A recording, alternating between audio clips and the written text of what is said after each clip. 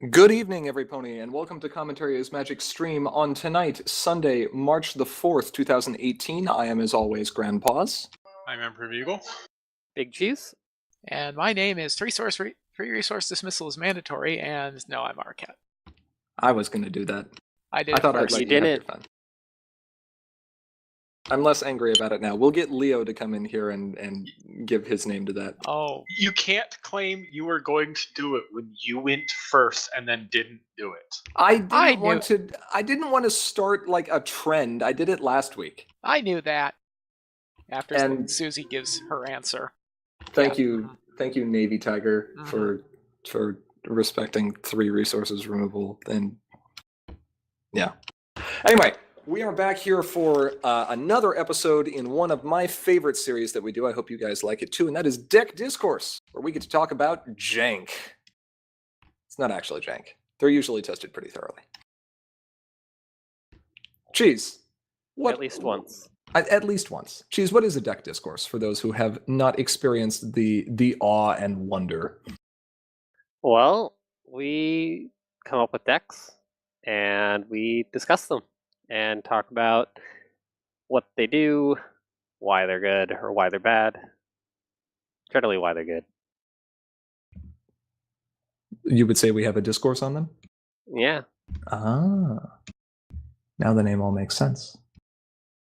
Yeah, it's been quite a while since we did a deck discourse, but with the end of Coco 2 nigh at hand, It's and actually with lots. it's actually already over. Is it already over? Yes. Oh, cool. Coco 2 is over. Thank you, everyone, for participating. It was a spectacular event. Coco number 3 starts in a week. And look for the results posts going up shortly. But Signups are up now. signups for Coco 3 are open, and they are right here, which we will link in chat shortly. So, speaking of Coco, since the results are up, you'll have plenty of time to figure out what you're going to do for Coco 3. And while we're at it, let us give you a few suggestions. Which is totally not the reason that we're giving a deck discourse. Nope. Mm-mm. Absolutely not. We definitely don't want people to play these decks so we can get more data on them and everyone can figure out how they fit into the meta. Definitely not. So let's Nope. talk about Hot Wings. Let's talk about Hot Wings. We'll talk about Hot Wings in a moment. We're gonna get to that. So I'd like to say that I have heartburn from eating too much Hot Wings. Okay, that's fair. Well, that's too bad because another set has come out, and that means that Sim has to put out another Hot Wings deck. But we'll take a break from that first. We've got 3 decks, and as Bugle stated several times across various platforms, these are actually decks in completely different archetypes, completely different playstyles, and there's no combo this time. No combo. No combo because we're clearly just brewing and keeping it hidden and going to spring it at the last moment, and that's obviously why, and it's not that we haven't been able to find a combo in core yet. That's not it. Well, we did. It just isn't good. It's 22 AT. That's not a combo. That's a death sentence. Back in the day, you could get away with that. Yeah, and then a card called Jerkface was printed. you used to be able to draw your entire deck with a gun. Yes, actually, Hithrock, there are in fact 3 Trixies in this very first deck that we're going to be talking about. We did that just for you. And there are 2 more in the last one. And absolutely none in the middle one. But that's okay. That's the one that you have to play, Hithrock. Yes, the one with no Trixies. All right, so without further ado, let's dive into a deck that named itself. This is Korax Farming. Our first deck of the evening. Please explain the name to me. I don't get it. Well, you see, the main character is Thorax, and the deck is built in the core format. And Thorax. core rhymes with Thor, and so we can do a word substitution, and it creates a pun. Don't Now mention... I'm really sad that we don't have Mjolnir. As I mean, a card? granted, that's a hammer, not an axe, but you know. Sure. Do we Oh. So actually many have? starlights. Do we actually have the images for these decks prepared? Oh, yes, of course we do. You're just I busy sitting there making all this. Wait, do I have these out of order? Yeah, I do. Yeah. you do have this out of order. That doesn't look like Thorax at all. Take Okay. that off the screen. Get it off. Get it off. Okay, fine. Well, this is what happens when you change plans on me. Well, I guess we're talking about this deck now. No, Nope. we're talking about Thorax. Okay. So we had all been hoping and praying that Yellow would finally get its chance in the limelight. That Celestia would shine down upon this long forgotten color and give us her blessing full of critters and resource removal, and all would gaze upon it and see that it was good. And we're pretty darn close to that. Except it's got a traitor to the hive piloting it. Yes, despite Fluttershy waiting for her comeuppance after a series of lackluster main characters and a decent one in DOE, it looks like it might actually be Thorax to lead the charge. Thorax who actually steals the spotlight for decks running yellow mains in core. And most interestingly, despite Neon Bambi's affinity for all things cute and cuddly, his primary goal is going to be Falcon punching troublemakers like there's no tomorrow. Because, you know, Falcon is a critter and Thorax gets bigger for on his No. Oh my god. Falcon's banned in core. You get it. Penalty. DQ. Can we have a main that's a critter?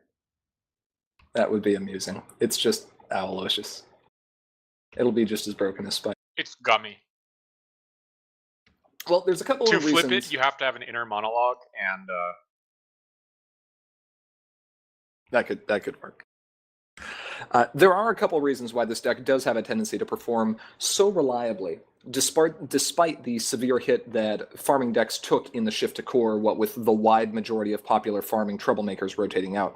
The first of which is actually the tools lost by the most powerful farming decks of the last year or so, which are AJ Ambassador of Honesty and Rainbow Dash Ambassador of Loyalty, generally mono orange and mono blue respectively. The loss of many of the extra flip cards, in fact, all of the extra flip cards for Rainbow Dash, really hurts her. And not being able to rely on Rock Slide as a starting problem means that Applejack isn't all but guaranteed to win her first face-off and start the Diligent train rolling. All aboard, choo-choo. yeah, 3 versus 6 is not nearly as scary as 3 plus 2 flips versus 5. Exactly. Additionally, with the Troublemaker suite being more limited and pushing and punishing to single power or single high power characters, specifically I'm looking at you, Enforced Equality, Thorax's mass token generation actually becomes very, very useful. Now, Thorax himself doesn't have that token generation, but many of his cards do. Thorax's primary weakness, of course, very much like the mains we saw in DOE, is being able to boost him so he can actually start doing what he does best. But the addition of Stick, which, if you haven't heard, is a pretty good card. Obligatory, I like Sticks. Sticks. Peck. Slightly above average. I think we gave it a 3-5. There is one currently up for bid on eBay right now. It can be yours for the low, low price of $70.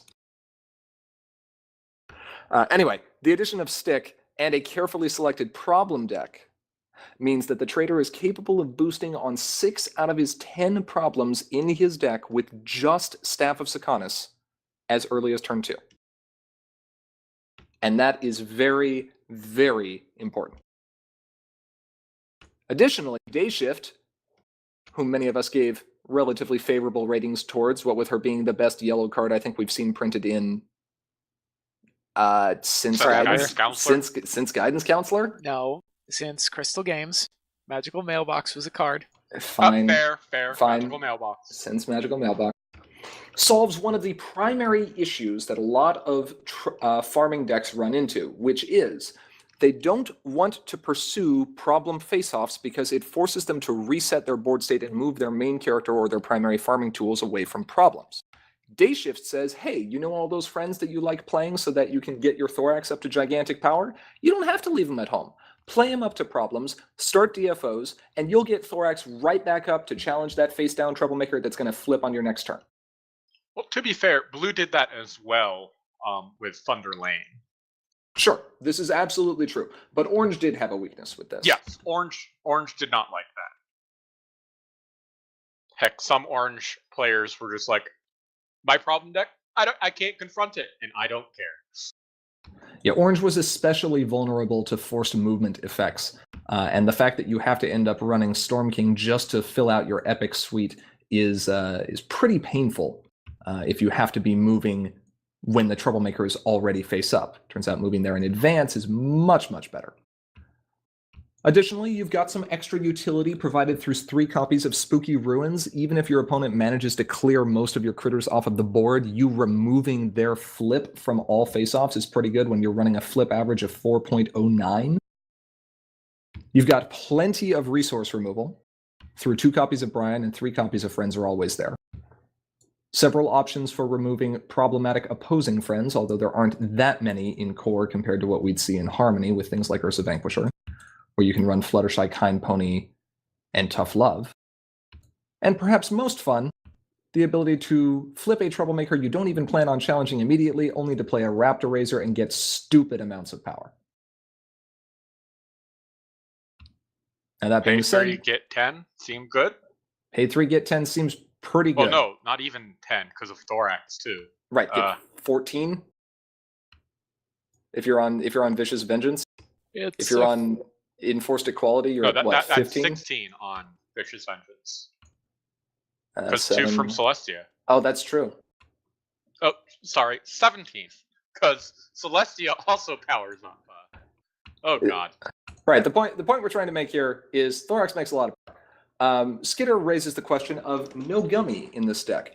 And normally that would be something that you would consider including in a deck that has a main that you need to flip or you need to confront in order to flip by. However, the fact that we have access to Treehugger, the fact that we have access to Fluttershy, and the fact that we have access to 3 copies of Staff, which alone will help Thorax confront, is much more important than running a single friend that isn't going to provide that much of a benefit on his own and is going to dramatically lower our flip average. There's no we're single already piece running here. 5 ones. Running 8 would be overkill. Right. There's no single piece here that you'd really want to get rid of to run Gummy. 8 is perfectly reasonable as a flip condition, especially with how the problem deck is constructed. That's the thing to keep in mind here. If your opponent is running bait and switch, if your opponent happens to DFO very, very early because they're running Skystar, which it happens. Aura, how much does it happen? Always. Always. All the time. All the time, the Skystar chickens. Never don't is how much it happens. You will still be favored to have a problem that you are capable of boosting Thorax on with only a single other card in your hand, provided that card is stick. Pro tip, mulligan for stick, unless you're against Tempest, and then probably don't mulligan for stick. I like sticks. So, fun fact, this Treehugger card, which many people probably forgot existed, she works when the opponent plays Dilemmas. Dilemmas are resources. When they're played. Yeah. And lots of people run Dilemmas nowadays. You know what else people run nowadays? Sticks. Sticks. Yeah, yes. You know what else people run nowadays? Desert Roads. In a deck where, well, some people run Desert Roads. What we're going to talk about here in the next deck, which is 4 colors. Sticks. Hello, Singing Barrel. Barrels. Motivational speeches. Sticks. Trashed. Ew. I don't know. Why? Are people actually running trash? Some Occasionally. people are running trash. I don't know. Maybe if Skitter would quit doing weird things with Sweetie Belle. So Korax Farm is kind of going along a similar route to what we're seeing, or what we used to see in the mono blue One Punch Mare farm decks, in that he is not only going after beating up troublemakers, but also pursuing problem face-offs. And this extra point acceleration, if you will, is what kind of elevates him above the decks that are really just trying to beat up troublemakers. The suite of troublemakers we have access to now in core is much more difficult to play around. And so any other method of point gain that you can find, whether it's through problem face-offs or other cards like Photo Finish or Changeling Throne or whatever it happens to be, can be very useful in closing out a game early. Yeah, I like to think of One Punch Mare and Korax as kind of a hybrid between aggro and farm decks, where instead of running Night Glider or Bunyip, you're running Epics. Like, that is your point acceleration instead, and it's you're still trying to go for face-offs when you can, and it's good. Hithrock, because Enforced Equality plus Celestia equals fun times. Not just plus Celestia. You look at Well, the you've other got- token yeah. generation. I mean, Zippo you've got or Rise and Shine. Yeah, that's fair. sure. Flipping an Enforced Equality the turn after you've started a DFO can actually be quite good, because if you have a Spooky Ruins in play, you can spend 1 AT, put bodies into play, you're at 4 power versus 6, your opponent's not getting a flip, you're favored to win, and that's an extra 2 points for 1 AT. Thorax is the best main in core right now, positioned 2 to AT. take... You had to pay for the Troublemaker. Okay, that's fair. Thorax is the best main in core right now, positioned to make use of Enforced Equality. Yes, absolutely. In a farming deck, we should say. Yes. I've seen her used in aggro decks, and it can work. Sure, it's point acceleration in aggro Yep. decks. It doesn't frighten your friends. It was Now- really fun challenging it with 3 Rarity Breezes back in the day. That's pretty gross. Now, all that being said, of course, Corax is still going to have a couple weaknesses. While you don't have to deal with the F-stop recursion shenanigans, there are some forced movement effects that can be used again and again and again, and that can be very frustrating if you're trying to set up. Hi, Spike. Additionally, while you have a lot of resource removal, your friend removal suite is much more limited. You're basically hoping to be able to play your epics to problems where your opponents have their most valuable friends, so that they can be frightened, and otherwise use Tough Love and your Fluttershy kind ponies in worst case scenarios. Yeah. So And you are staff. right, and staff, of course. Let us not forget that staff is a soft removal option. That being said, every deck's going to be trading one particular element of play or one particular strength for another, and Thorax is in his ability to close out games very, very quickly, with almost every Troublemaker being a viable target. And I think- Troublemakers anyway. Yes, epic Troublemaker, should clarify.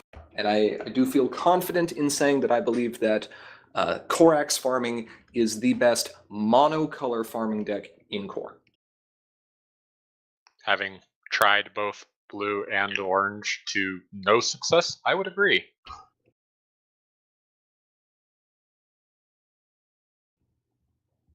So let's see if chat has any other thoughts here, and will get me off the soapbox here for a bit so you guys can talk about it.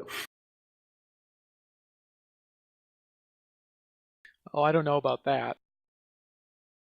What, you're not gonna put me back on the soapbox? Oh, what do you So- mean putting you back on the soapbox? You are absolutely going to crawl on top of that soapbox. Oh yes, let's get a pony head link for this. Yeah, Well- that's fair.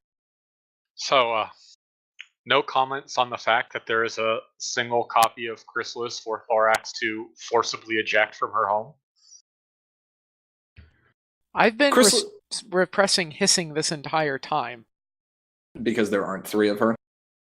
No, because you've been going through here and you've been like, Thorax is so cool. Neon Thorax is my Bambi. new waifu. I did call him Neon Bambi, admittedly. Come Neon on. Bambi and the Stag Beetle and the Traitor to the I- Hive and all these I things. did- I Every called him single traitor. time. Hissing. Every single time. And there is a Chrysalis that is here in this deck. So the one of Chrysalis there, Forcibly removed from her home. the one of Chrysalis there is because Chrysalis is a much better Troublemaker to try to challenge if she flips when you don't have characters there, and you have to try to move up to confront her on a future turn. Storm King is much more punishing for that. So having at least one other option that isn't going to tax you if you don't manage to beat it immediately in that Troublemaker phase when it uncovers is valuable. Plus, you can use non-epic Glimmer to get Thorax there anyway. Correct. Yay, trigger timing. Woohoo! It's like the old Nightmare Moon Changeling Infiltrator. Yes. Or Uncover Changeling Infiltrator, dismiss him to uniqueness, shuffle himself back into his own effect. Was the best. Yep.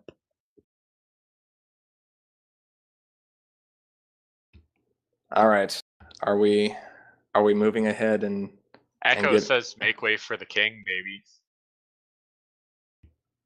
ooh, them's fighting words, Echo. Do we have any responses from the Arcats? I already responded. What do you want about?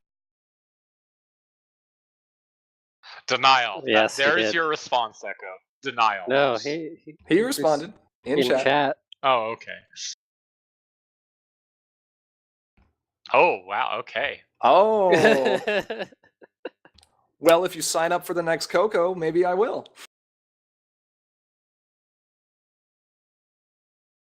With Thorax. No, like there is no. Come at me, scrub bug. I'm ripped. Okay. Okay. No, there is no mercy nor fighting here. It's just over. It's you.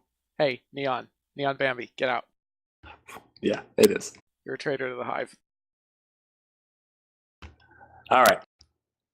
Let's move ahead. Would you say we should put him in a wastebasket? No, because that implies that he is someone's waifu and/or husbando. He's probably someone's husbando. Unacceptable. In this case only for Thorax. He How about goes. Twist? Ugh. Twist is nobody's waifu. Anyway, getting back to the matter at hand, we have 2 more decks to cover. But I want to Yeah, see, rag on the traitor. I was trying to siege into the next one, but Arcat's just not having any of that. No. I guess. No. So we're gonna get our wings wet on this next one, wings and/or flippers, and we're gonna fulfill Sim's obligation every time a new set comes out. Hey, what's a color we haven't talked much about yet? Blue. Hey, how about that? How about that, blue? Bugle. Before we dive into what this deck actually is, why don't you explain a little bit about why we've had such a hard time talking about blue up until this point? That was awful. I'd just like you to know that. Dive in. God. So I didn't even mean to. That was not intentional. I missed something. I missed so it did I. too. It's fine. Yeah. Oh, you're being defensive about something you don't even know you did. I didn't even know I did it. Let's Okay. we'll get the next list up, Okay. and while that is loading, we can have Bugle explain. So, blue. Everyone's favorite aggro color, usually, sometimes. I like pink. I like pink. It's been difficult to build with. Trashed is just not good enough nowadays.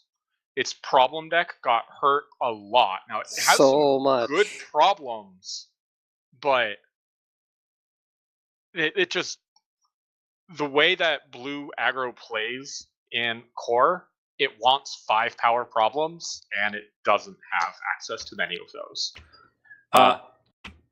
I'm going to pause for just a moment. Ara, that is actually a list we need to correct slightly. That's the one you linked to me. Well, that one's wrong. All right. So I'm going to Nope. fix that while Bugle continues. Okay, I actually see what's wrong here. Yeah. So the problem's just you want 2 bonus problems in aggro whenever you can get away with it, and you'll notice there are some here, but not an awful lot. And there's a reason for that. It's because blue surprisingly doesn't have a lot of 2 bonus problems in core. At least not ones that are easy to confront. That's the biggest issue. Yeah. Blue does have 2 bonus problems. It also has problems that are easy to confront. These are not one and the same. Right. And while a lot of powerful blue cards were always core legal, they were from EO onwards, the hit to the problem deck hurt a lot. And again, trash is just not good enough nowadays. Would you say it's trash? I see what you did there. Okay, fixed. We've Wait for it to update. It was a small update. But a very significant one. It was a very significant one, and it's going to send me on a rant here in a bit. Now, we did think. Does this only have? Oh, never mind. Okay. We did think that, despite these shortcomings, originally we were like, "Hey, it's okay. Blue is fine. Blue has Scootaloo, and Scootaloo has Gummy, and this is going to take Blue all the way." But there was a small problem. Her name is One Tempest small Shadow. problem. Her name is Tempest Shadow. Well, I guess 2 small problems. You call Tempest a small problem? Well, I was trying to seg into Skystar here, You Yes, wanted to but but then solve. you one- went to the wrong one. Yeah, more than one small Bugle. problem. Bugle, open up your eyes. Oh, well played, sir. Well I played. have to concede that one, yeah. But yes, Tempest and Skystar said, Hi. "Cute problem you have there. Sure would be a shame if it was unconfrontable or not there." All right. That is well summarized, Bugle. It explains a lot of the reasons why Blue has honestly been struggling. Which But isn't to it's- say people haven't been trying. Oh no, people have been trying. And it's been mixed success. Like, no one's going to say Blue is awful. Just Blue has been trying to find its spot. Right. There's a difference. Blue This has is kind of not Yellow from two sets ago. No, it's not. But Blue has kind of moved into more of a supporting role, which is kind of interesting. Yes. And that's fine. Yeah. So we're going to talk about Blue as a secondary color. Because we can also. In I'm going to plug the Cocoa results just a moment here, but you can actually see this fairly clearly. Blue does not generally perform that well as a primary color. it'll be interesting to share that data. Okay, so what was it? A year ago? I guess it was slightly more than, or slightly less than a year ago. There was this deck that we talked about. And this deck ran cards like Angel Wings, and Soren, and Spitfire. There were 2 decks. There were 2 decks. It was a series of decks, actually. And Belly Flops, and Berry Punch and Orange Swirls. And it was a great aggro deck. It's a great series of aggro decks. And a lot of people liked these decks because they were easy to understand how they worked. Most popular deck of the format. It was really, really the start of a global meta for an aggro deck, and that was interesting to see. We had seen farming before, but aggro had been very varied. And those decks were called Hot Wings. Problem is, Hot Wings ran the blue-pink Spitfire. We don't have the blue-pink Spitfire here. We just have the blue Spitfire. And we also have some Sea Ponies. So this isn't Hot Wings. This is Water Wings. I like that we've gone, like, we respect you, elements. We're going to flip it completely. From fire to water. Yep. So there is still fire in the deck. Oh, you can- yeah. You can also sit here and be like, this is the version with extra sauce so you can swim around in it. There is a lot of sauce. So, I like that we're pulling pages out of my book here and going, 3 colors is for suckers. We need 4 colors. Yeah, I'm gonna talk about that at the end here. I've got a monologue prepared on that. But, No. You don't have a monologue prepared on this. You're just going to do this from the heart. I mean, I am. It is a topic that is very near and dear to me. Yeah, we'll get you a link for this one as well, David. In fact, there you go. Someone who already has it in their clipboard. Yep. All right, so Hot Wings decks are generally aggro decks that are attempting to start double problem face as frequently as possible, or otherwise get good value out of confronting the existing problem, maintaining hand advantage, being able to get the cards that they need, and this kind of does that. It has Soren, and it has Berry Punch and Orange Swirl and Belly Flop, which are of course excellent cards. Loyal Pony for some extra movement. And some cost reduction through Wonderbolt Trap, which was played before, but there's a lot of weird tools that are in here as well. And I think one of the first ones that we need to look at is Pinkie Pie and Twilight Sparkle Bait and Switch. There are 2 copies of this card in the deck, although there are also 2 copies of Pinkie Pie Every Pony's PFF to be able to find it. Yes, that's true. Hithrock, it does have Trixie on belly flop, so there you go. 3 for 3 for tonight. With the advent of Tempest Shadow as the premier control main in the core meta, one of the most common turn 1 plays for your opponent is going to be flip Tempest Shadow, put a Troublemaker into play at either your or my problem, and it's probably Gummy or Changeling Mimics, and either disrupt your hand. Gummy. I'm sorry, Grubber or Changeling Mimics, and then either disrupt your hand or make your events cost more. Usually they start with Gummy. Sorry, Grubber. I'll get that one right eventually. Eventually. With Right, Hithrock? With Pinkie Pie and Twilight Sparkle bait and switch, along with our cost reduction through Wonderbolt's Wrap and a Changeling Can Change, because we are also running Trading Traditions as our starting problem, we are capable of replacing a problem as early as turn 2. In order to do this, all we need is a single piece of cost reduction and a copy of bait and switch. Because we can spend 2 to flip Princess Skystar, who will put tokens into play, which will get us our pink requirement to be able to play bait and switch. It'll also get us our blue requirement thanks to Trading Traditions to be able to play Wonderbolt's Wrap or Changeling Can Change, reducing the cost to a level that is appropriate. And this can be very important if your opponent is choosing to flip Tempest Shadow on turn 1 instead of playing a card like Applejack Factory Organizer. In fact, I would go so far as to say that if your opponent does not play Factory Jack on turn 1, and they are running Trading Traditions with Tempest Shadow, there is almost no reason to not try to replace that card as soon as you possibly can. Bugle, you play Tempest in Control. What do you think? Yeah. Especially if they put it to their own Trading Traditions, because then you're like, oh, the value. Oh, the value. Let's The just value.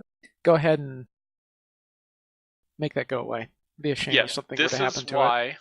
this is why when I'm playing against Pink, I don't put my valuable Troublemakers on my Trading Traditions. It just goes away. Now, Hithrock, yes, you can remove bait and switch with Grubber from preventing us from replacing on turn 2, but if you're taking a bait and switch and the only thing you're putting into play is a Grubber, that's much less impactful than some of the other Troublemakers that could be there, and you're also not removing some of the bigger threats that could be in our hand, like Main 6 or Sorin or PFF. Or Belly Flop. Or Belly Flop or any of that. Stick.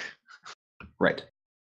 Problem replacement gets less valuable as the game goes along. There are only a finite number of times that you're going to want to do that, and you actually have more than 3 copies left because it's time to talk about one of the other odd inclusions in this deck.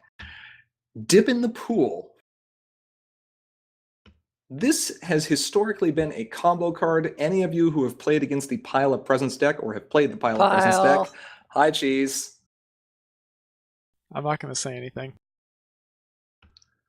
Have seen this card in action for sure, but several of our friends here can generate tremendous value off of having token copies of them added. For example, because Sorin loves having extra bodies to retire, playing a Dip in the Pool on Spitfire Wing Leader creates 4 extra bodies for the same cost as what you'd pay to play Spitfire. You can also get an extra bait and switch by using Dip in the Pool, or even get an extra tutor out of copying your Every Pony's PFF. Please do not make the mistake of trying to Dip in the Pool main 6 party planners. It's not going to work. No. It's not going to work. It's really not going to work. It's intentional. It's not going to work. That would be terrible. Yeah.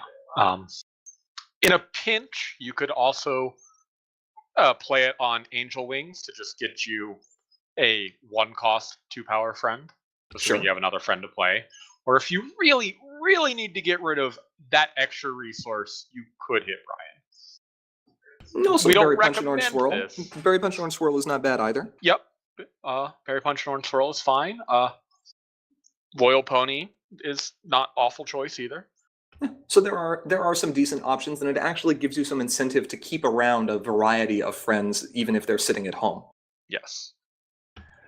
Speaking of which, let's talk about another one of those that's kind of odd to see in an aggro deck, and that's Every Pony's PFF. Also historically a bit of a combo card, but because we have so much utility provided through specific friends that we're not running at full playsets, we'd like to be able to have access to them. Every Pony's PFF has generally been hard to play in Vinyl decks because Vinyl doesn't play a lot of pink friends early. Yeah, and also you just go, why would I search for it? I'm just going to draw it anyway. Right. Well, But it turns out Skystar, your draw engine isn't legal in this format.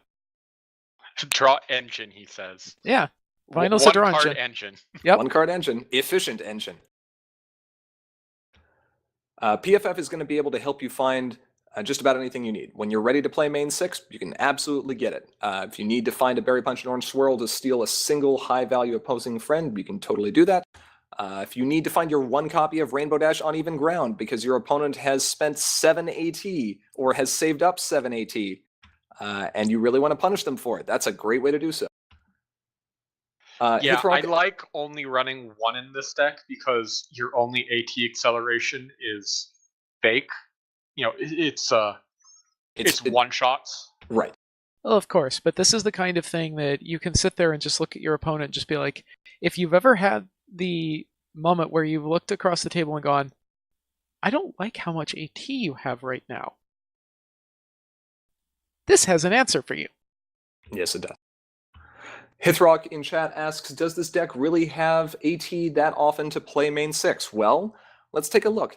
There are 5 copies of Cost Reduction for Friends in the draw deck itself, along with 2 copies of It's a Secret to Every Pony, and this is not going to be playing the same way that Bluna Hot Wings or Blazin would, in that it's not going to be going for full burst value every turn. This is actually going to play slightly more on and off like an aggro versus control deck depending on the board state.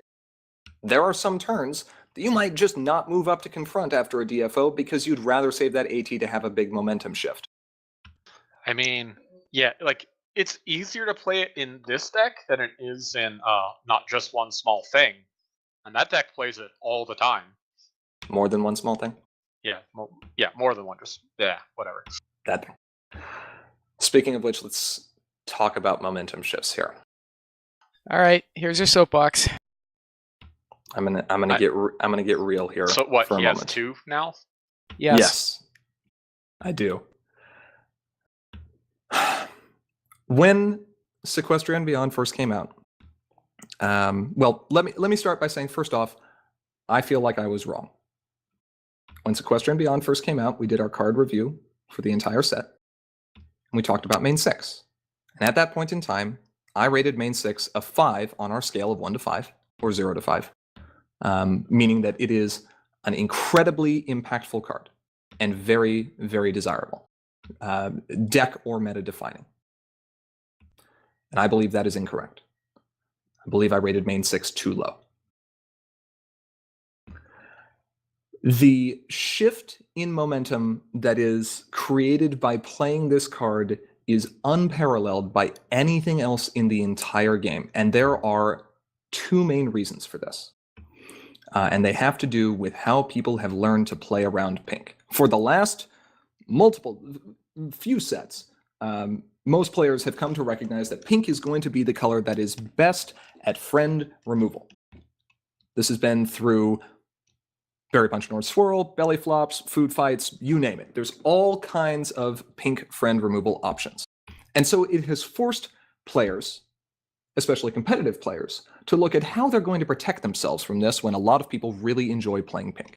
And there are 2 ways you can generally protect yourself from pink's friend removal. The first is to run protection against dismissal, which is pink's primary form of removal. And this can be through cards like Brian, it can be through cards like the ultra rare Celestia, it can be through cards like Appaloosa if you're running a lot of high power characters. It can be through friends that provide you extra value when they leave play. So this could be running cards like Bodyguards. It could be running cards like Spitfire. There's all kinds of options that would work very well here. And so that is one method of protection you can use when you're building your deck. The second is actually not in deck construction, but in its playstyle, and that is not overcommitting to a board. If you are playing an aggro deck and you're playing against an opponent running pink, and you are capable of doing what you want to do as an aggro deck with the tools you have on the field, generally speaking, you should not play excessive cards from your hand because you're overcommitting and you're just setting yourself up for an even greater failure if your opponent happens to draw a large piece of removal. Saving those cards in hand and using them to reload or to reset your board state after the opponent clears it can be far more valuable than just having an extra body that's there. Main 6 on its own completely negates the first method of protection against pink's friend removal. If you are running Brian, if you are running Celestia, if you are running Appaloosa, main 6 does not care because they will have control of every single one of your friends in play. If you are running friends that provide you extra value when they leave play, this actually gets worse for you because now your opponent is the one who's getting the benefit of those effects, generally speaking. Spitfire enters discard piles, that's a little different, but still. That means that the best method of playing against main 6 with a retire engine like Sorin is going to be to hold back, to not overcommit to your board state. And this is where Party Hard becomes a problem. It's also why we are splashing into 4 colors, as Hithrock is pointing out in chat. Party Hard takes the only other method of protection against pink's resource removal apart from proactive disruption of main 6 like Desert Road or forcing your opponent to discard it, and says this actually gets worse. Because now you turn their board state against their current board state against their future board state. Every friend they had in play is now fuel for you to take away future options of friends they could play. There is no single 2-card combination in the game as powerful, as devastating, or potentially as toxic as main 6 Party Hard. If you are running main 6 in any deck with any retire engine, whether it's Discord Sneaky Snake, Minuet Schadenfreude, Sorin, Pie-Powered, whatever it happens to be, you should seriously consider splashing into orange with Singing Barrel so you can play Party Hard, because I guarantee you, if you manage to land that and you can clear your opponent's hand and board, there is almost no method of recovery. It is almost guaranteed game over. Unless you're at like 14 points and you top deck Changeling Throne and then you play it and they don't have resource removal or something. Like it is very, very difficult to come back from no board, no hand. And it's not just the opponent just drew 8 cards or however many cards. Exactly. That's the worst part. Not only are you removing your opponent's current board state and future board state, you are advancing your own future board state in the process. For the low, low price of 6 AT. 7 if you're splashing into orange. Well, sure. Unless, 7 here. Unless you're playing against an opponent who also has orange characters, right, which can meet the color requirement of Party Hard on their own. You only need 2 power. A single Factory Jack will do it. How often has the opponent had orange friend power and it been less than 2? Basically never. Almost never, yeah. So we have avoided talking about decks running main 6 and Party Hard for quite a while because the interaction is just, it creates so many negative play experiences. Well, we did it in the last deck Discourse, actually. Which one was that? The more than one small thing? Yeah, more than one small thing. Yeah, but we haven't run a bunch of decks that have been highlighting it, and we... Sure. And we didn't draw that much attention to it. Not nearly as much as we did today, no. But back then, that was new, and we knew it was good. We didn't know it was dominating. Yeah. Speaking from my personal perspective, main 6 has a giant target on their head now. Which is unfortunate. Gotta try and test it, and gotta see, what it does in core. But if you're looking for a means of creating value and you're running a deck with pink, look no further. Yep. I believe Cursed in his most recent article, second most recent article, said how to win the game with only 2 cards. Also wrote an impassioned rant about this, yes. Boy, it's like a lot of players have very strong feelings about this card combination. Anyway, one last thing to touch on for this deck, as in most decks that are running primarily pink and not splashing into yellow automatically, you're already going to go yellow for resource removal because it's generally going to be better than splashing purple in an aggro list. Friends are always there, can give you extra tokens if you need to. Those tokens are great with Sorin, and Brian is a friend that you can just get into play automatically. Yeah. The reason for running a 2-2 split on there is so you have an option of getting a Desert Road out of the way the turn that you need it. Yeah. Aura, anything else that you would want to add here? If you feel like making this a little bit less toxic and more fun, get rid of the party hards and switch to Celestia. You're already in yellow. A single copy of Celestia is quite hard, or is quite fun, sorry. And PFF is, I think you'll find, really enjoyable to play to get specific pieces. The great thing is, this actually kind of has the base skeleton of a friend toolbox style deck. Yeah. So if you want to throw in a couple of your favorite pieces, if you'd rather not play with On Even Ground, if you'd rather not play with Main 6 or whatever it happens to be, go for it. Like run a single Celestia, maybe. Yeah, there's Or all kinds so- of fun things you can do. I should specify, since we were just talking about Celestia. Run a single day shift. Yeah, you could run a day shift if you wanted. Run a Night Glider. We don't have any of those. There are no Night Gliders in here. The problem deck has enough point bonus on its own, and the fact that you're going to play more split between aggro and control is probably enough to justify that. This deck is more concerned with value than speed, which is why it doesn't run Night Glider. Night Glider is about speed, not value. Yep. I'm sure most of our audience can relate. They've played a Night Glider, and then something happened and no face-off started, so that Night Glider's just been sitting there not doing anything. And that's what this deck doesn't want. This deck wants all of its cards to do something right away. I don't know, Celestia rolling up and just being like, "Hi, I'm large. Also, you can't touch anything else here. Deal with it." Yeah, Celestia is a blast. Yeah. Also, fun fact: aside from the single copy of Guilty Until Proven Innocent, Skystar plus Saf plus what is it? A motivational speech can confront any of our problems. Actually, Skystar plus Spitfire will confront any problem. That too. Also, Yeah. Yep. All right, I'm getting off my double-stacked soapboxes now. I've said my piece. Should I apologize for finding this specific interaction? No, No. somebody was going to find it. That's fair. It's never the player's fault. I mean, If it's look there, at yeah. Burb. That deck was developed in 2 separate vacuums. Yeah, that's true. If it wasn't you, it was going to be someone else. Yeah, 3 even, because Nation, one of my locals, did it as well. Yep.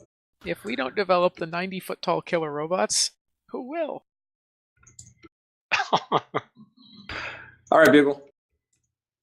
Take it away with your submission here. So let's talk about happier subjects. Hard control. Do you disagree? No, I don't disagree. And No. I also don't disagree that it's But- a happier subject than talking about main 6 party hard. No, but I'm going to be losing it for a while after that. Oh, that way. I should press the button. Hold on. You should press the button, yes. Okay. Press the button. So Boy. this deck is Moon Shadow, a purple-white control deck, which provides an answer to the question many have been asking, namely, how can one make event recursion control without f-stop? Anyone know? Well, the answer I and some other people have come across is Moondancer detail oriented, not the other Moondancer. That's an aggro card. It's in your main aggro deck. No, this is the control one. So- but she's big. She is big, yes.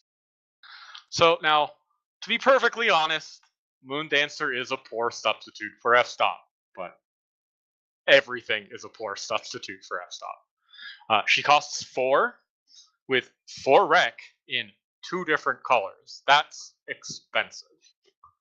And on top of that, she banishes the card that she lets you play. So you can't use the same event over and over and over again. This means you still have to run lots of copies of your key events, since in reality she's only doubling the number of times you can play them. But honestly, that can be fine. If you really needed to play 7 Napcakes or 7 interdimensional portals, you're probably in trouble anyway. Burb would like a word with you. Now, while Moondancer may be key to this deck strategy, the deck has a lot of notable other tools.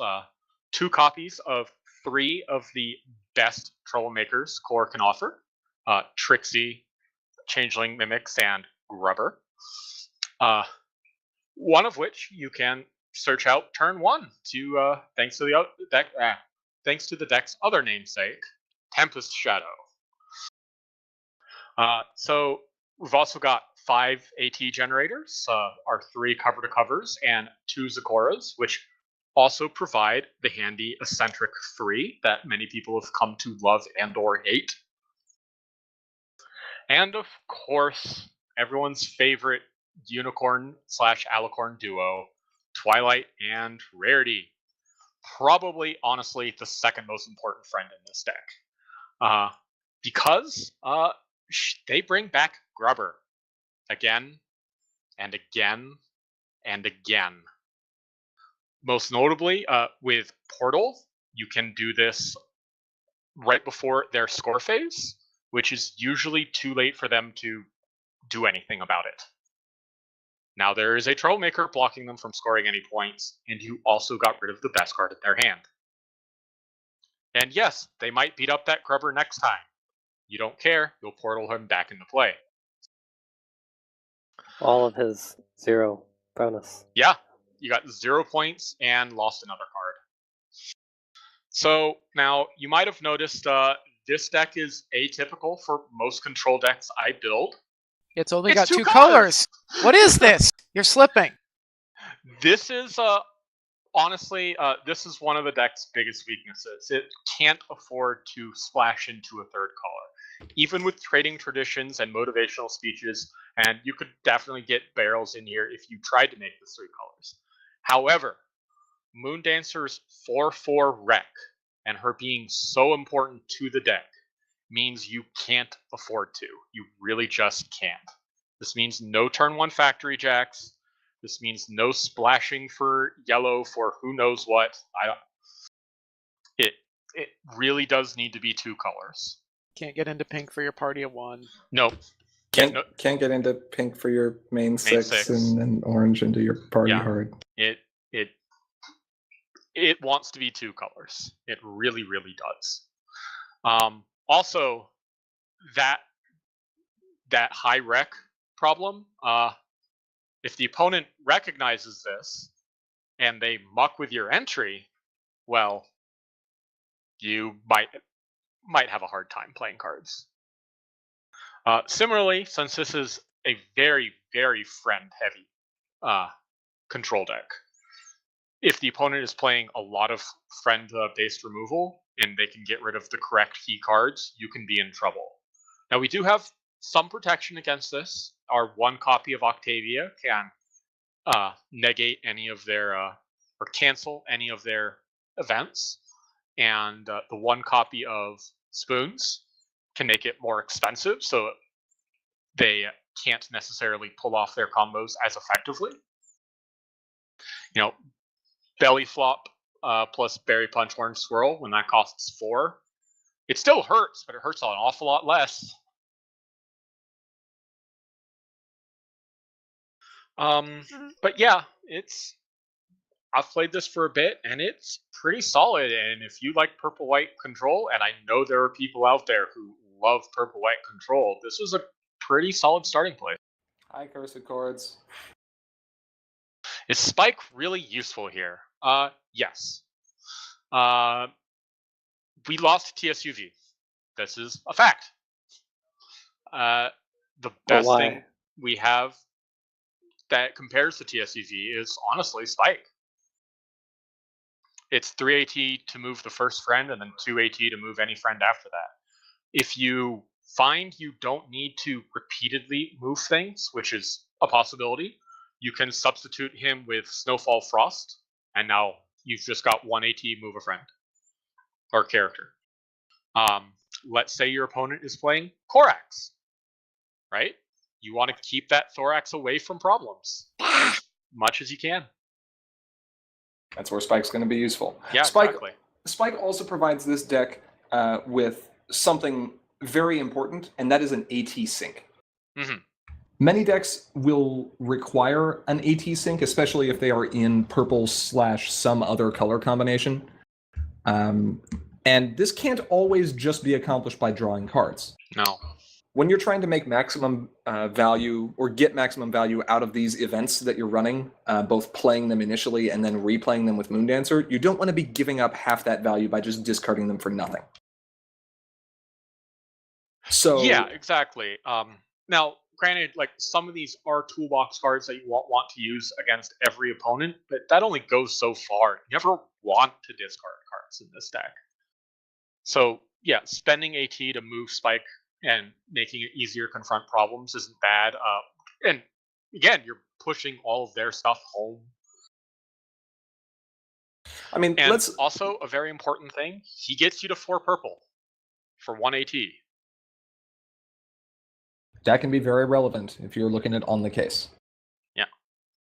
It's also good because unlike Ursa Vanquisher, well, or Moondancer. I'm sorry, yes, or Moondancer. Moondancer. What's also interesting here is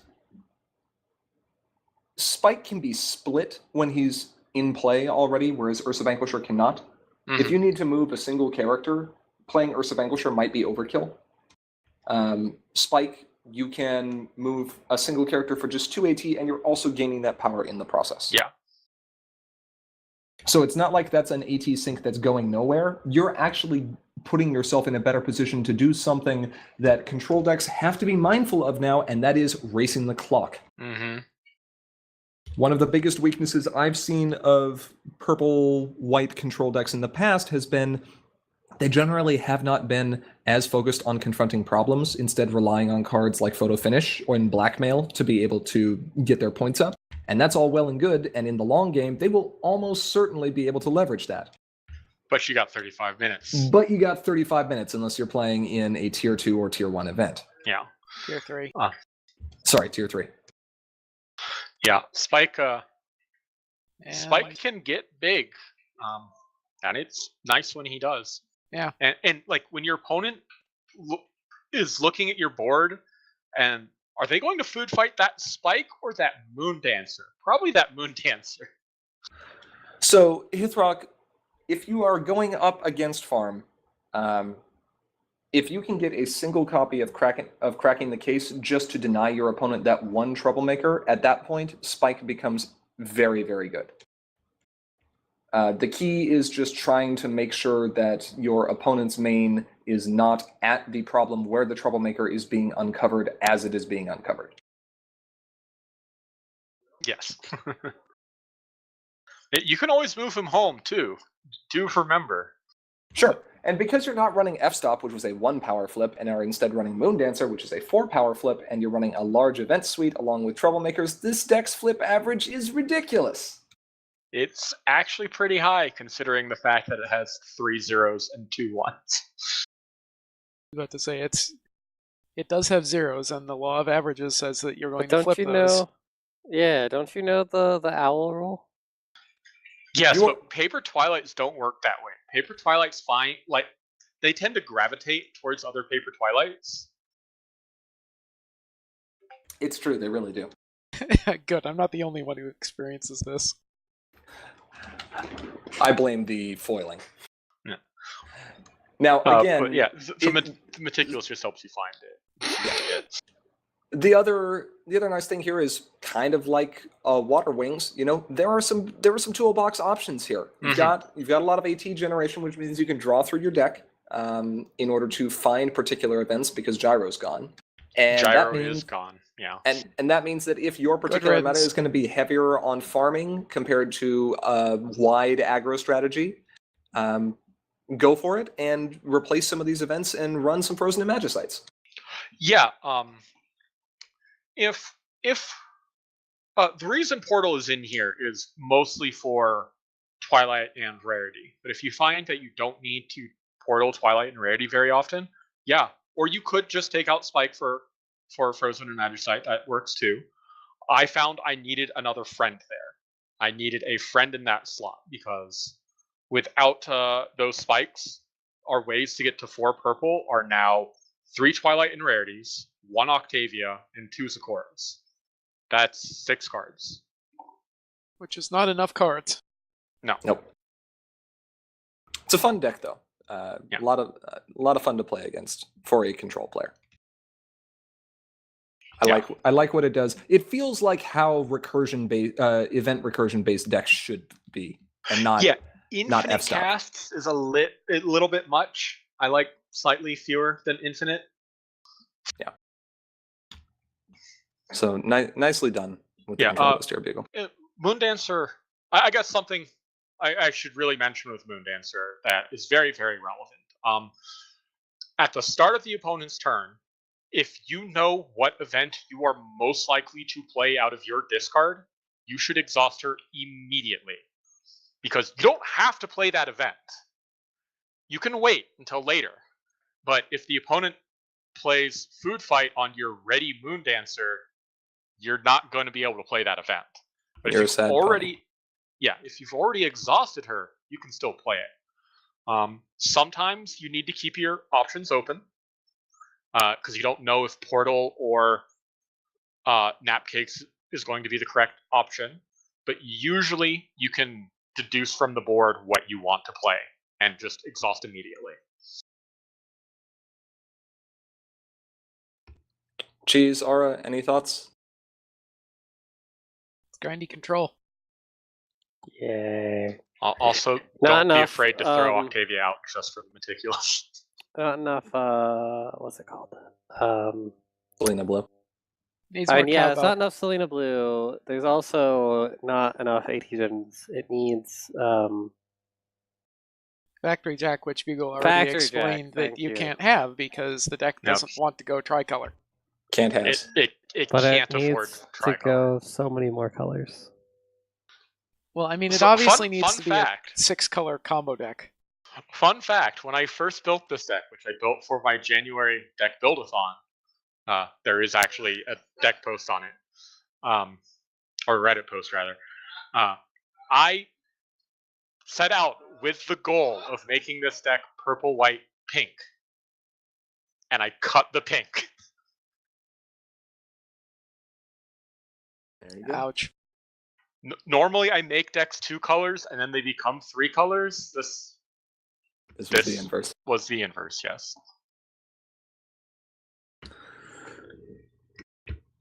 Well, unless we have any questions from chat, I think that will cover our deck highlights for the evening, and we can move to a couple of announcements here. So, chat, any last minute thoughts on any of these decks that you've seen? Well, while they're thinking of their last minute thoughts, I suppose I should mention Troublemaker you should find with Tempest. Typically, you're going to default to Grubber, as most Tempest players have found. If you think your opponent is playing Control, you should probably find Mimics instead. And if your opponent is playing Tempest and has already found Mimics, get that Trixie. Get rid of that Mimics. There you go.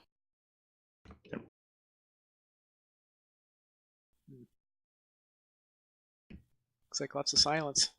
Yep, I think it's time Silence, we spice things up. Who likes spoilers? I like spoilers. Is that 10 spoilers? I like making spoilers. I like Is that 11 spoilers. spoilers? No. But they spoil. Set spoilers from that one set that Interplay spends all their resources testing, and they could be making future sets. Yes, that set. Richard likes spoilers. Okay. You want a spoiler? Like spoilers.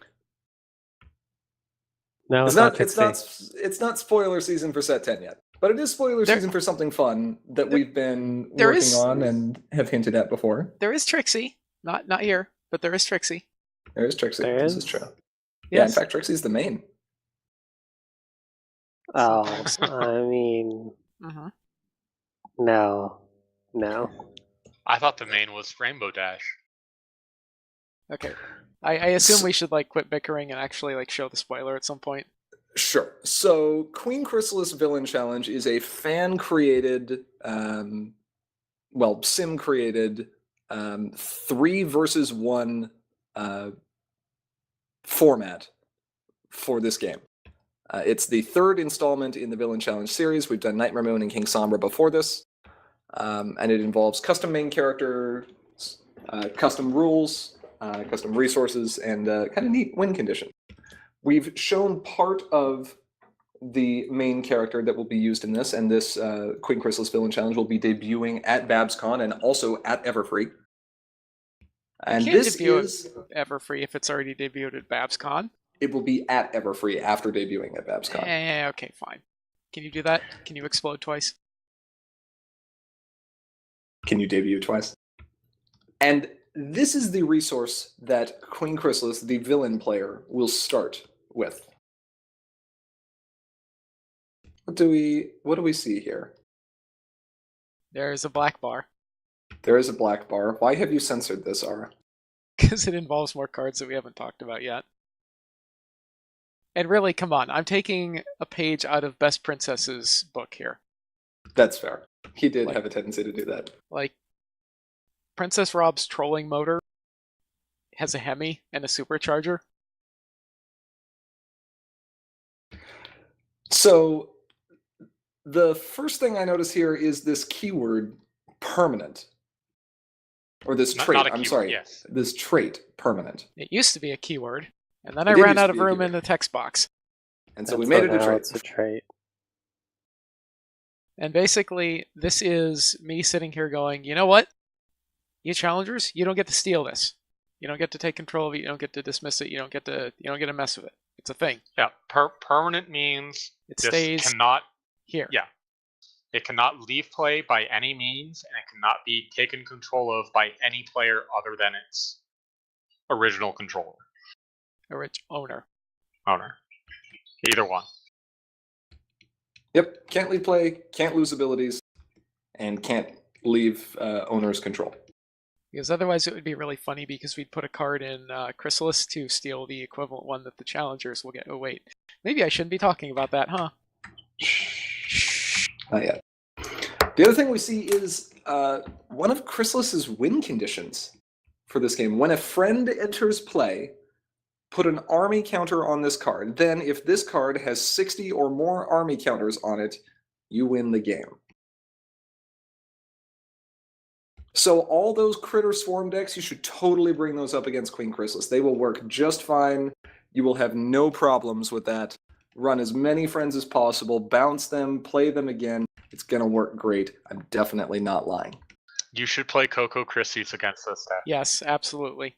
You should absolutely play Coco Christie's against this deck. Richard, if you want to add the Villain Challenge cards to the wiki, as we get some of them ready, that would be awesome. You can add the existing ones, and we will eventually retrofit those.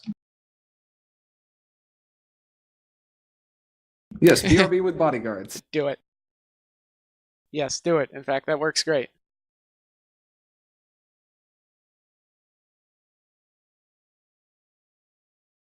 Did we have anything else that we wanted to show for the Villain Challenge this time, or Yeah. are we... What else do we have here? We have a starting problem. Who's starting problem? The challengers.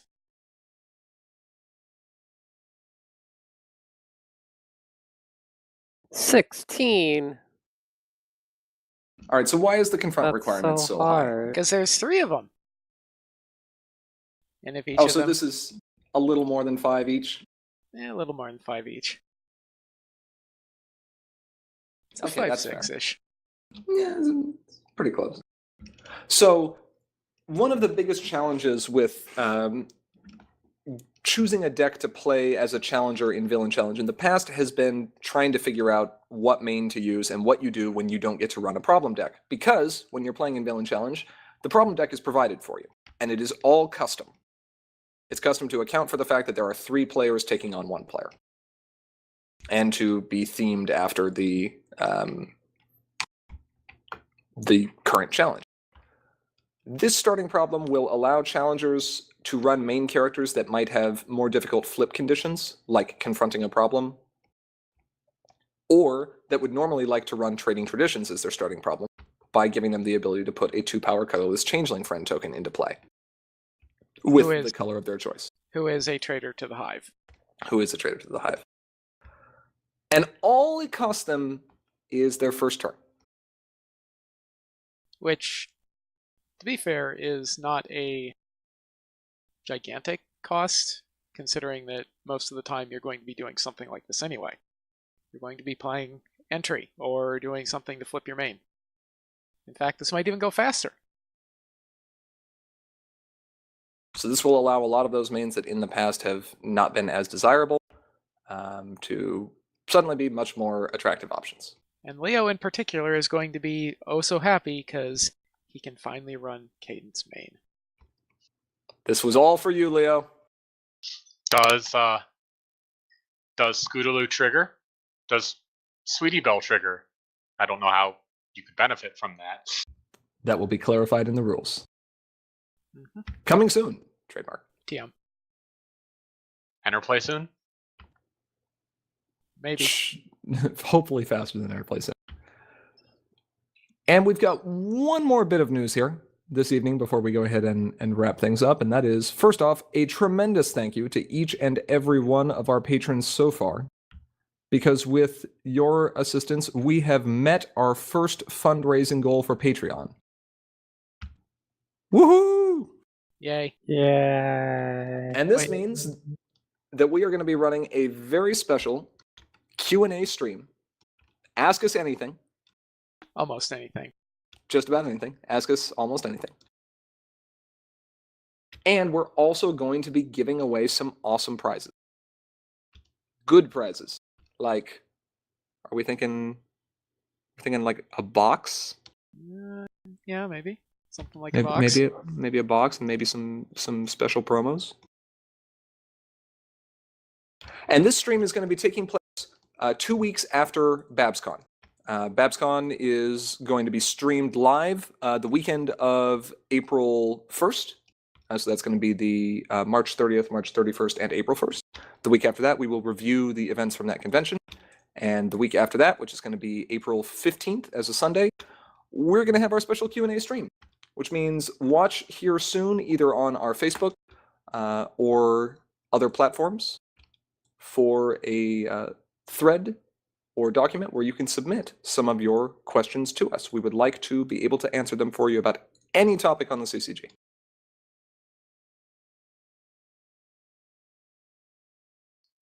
What are you talking about, Hithrock? The main is totally Trixie. Clearly, Trixie. The main is Trixie. Anyway, with all that being covered, I think that will wrap up our discussion on this topic for today. And as I said before, we would like to give a big shout out to all of our patrons on Patreon. Thank you for your regular support. If you are not currently a patron and you enjoy what we do, please do consider donating, because doing so will give you awesome rewards like the ability to vote on polls to determine what future videos we produce, a chance to share your own deck creations to be reviewed live, and even the ability to challenge members of Sim or other patrons to feature duels using some wacky rules. If you have comments or questions you'd like to send our way, or if you're just interested in hearing about what we're working on for the future, there are many ways that you can stay in contact. We have our Patreon, as mentioned previously, but we also have a Facebook page at facebook.com/commentaryismagic. We're on Twitter at sim_ccg. You can email us at commentaryismagicteam@gmail.com. And patrons at or above the $5 per month level get access to our Slack channel where you can chat with us live any day, anytime. Literally. Yep. If you are looking to watch any of our previous videos, including tournament recordings, such as the ones that will be broadcast and available from BabsCon here in a few weeks, You can find them on our YouTube channel linked in the sidebar. Please make sure to subscribe while you're there so we can have a channel URL that makes some amount of sense.